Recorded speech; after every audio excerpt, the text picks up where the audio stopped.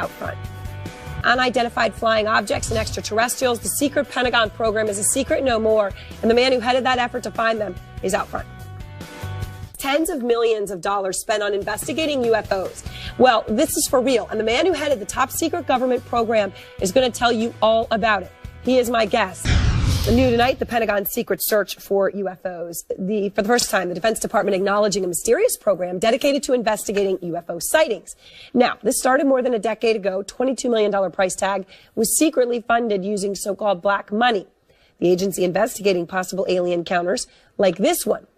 This is taken by U.S. Navy fighter jet. It's an unknown object about the size of a commercial jet, apparently hovering about 50 feet above the water. The pilot on board that jet saying as he flew closer, the object peeled away, accelerating like nothing he's ever seen. Again, that was a U.S. Navy fighter jet and pilot's point of view. Out front now, the former Pentagon military official who ran the covert government program up until this last November, Luis Elizondo. Luis, thank you so much for your time tonight. I mean, first, tell us what the purpose of the program was and why it was so secretive.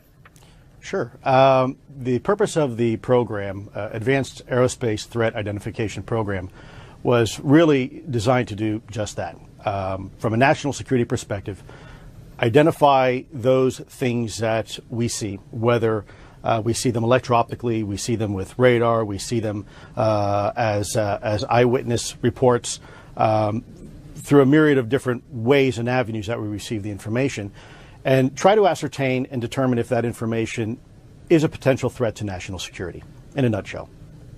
So what did you find? Well, we found a lot. I think it's probably been a little bit mischaracterized in some of the social media you see and what people put out, because a lot of times when we don't have a lot of information, we tend to fill in those gaps with what we think is logical. And there's still, by the way, a lot we really don't know. I think what's important is that we have identified some very, very interesting anomalous type of aircraft. Let's call them aircraft. Things that don't have any obvious flight surfaces, any obvious forms of propulsion, and maneuvering in ways that include extreme maneuverability beyond, I would submit, the healthy G-forces of a human or anything biological, hypersonic velocities, low observability, positive lift, again, seemingly in defying the laws of aerodynamics.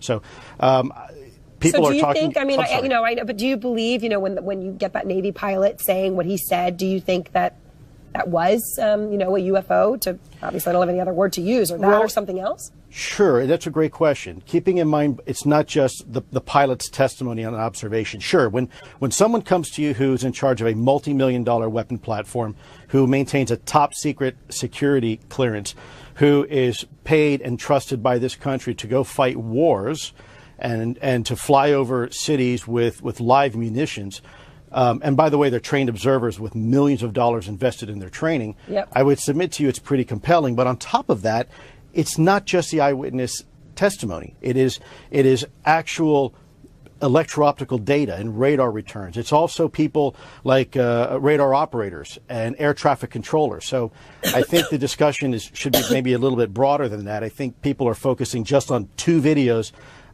coming from a set of F-18s when really it's a lot more than that. So recently, I guess it was in October, astronomers spotted what they say could be the first interstellar asteroid. You see it there, kind of that strange shape from beyond the solar system. What do you see when you look at that? Well, Ms. Burnett, I have to admit to you, when I ran this program, I was fundamentally looking at, my colleagues looking at two things. Yeah. What is it and how does it work? We have deliberately stayed away from going down the rabbit hole of who's behind the wheel and what are their intentions. Yep. Because a lot of people have a lot of feelings towards that and are very emotional about that.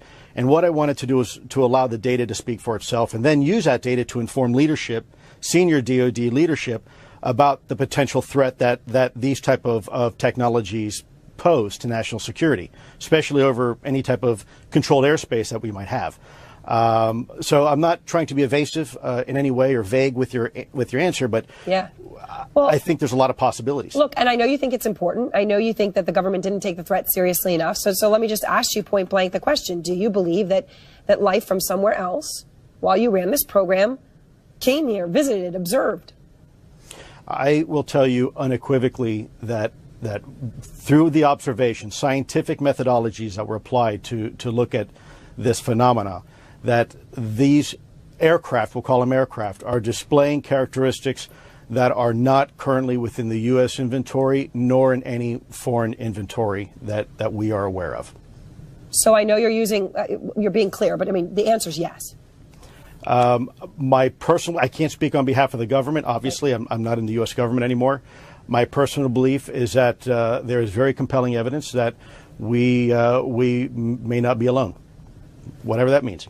All right. Well, Luis, I appreciate your time. Thank you so very much. And by the way, your eye doesn't look too bad. Oh, well, it does anyway, but okay. Thank you. Yes, ma'am. And next, an update.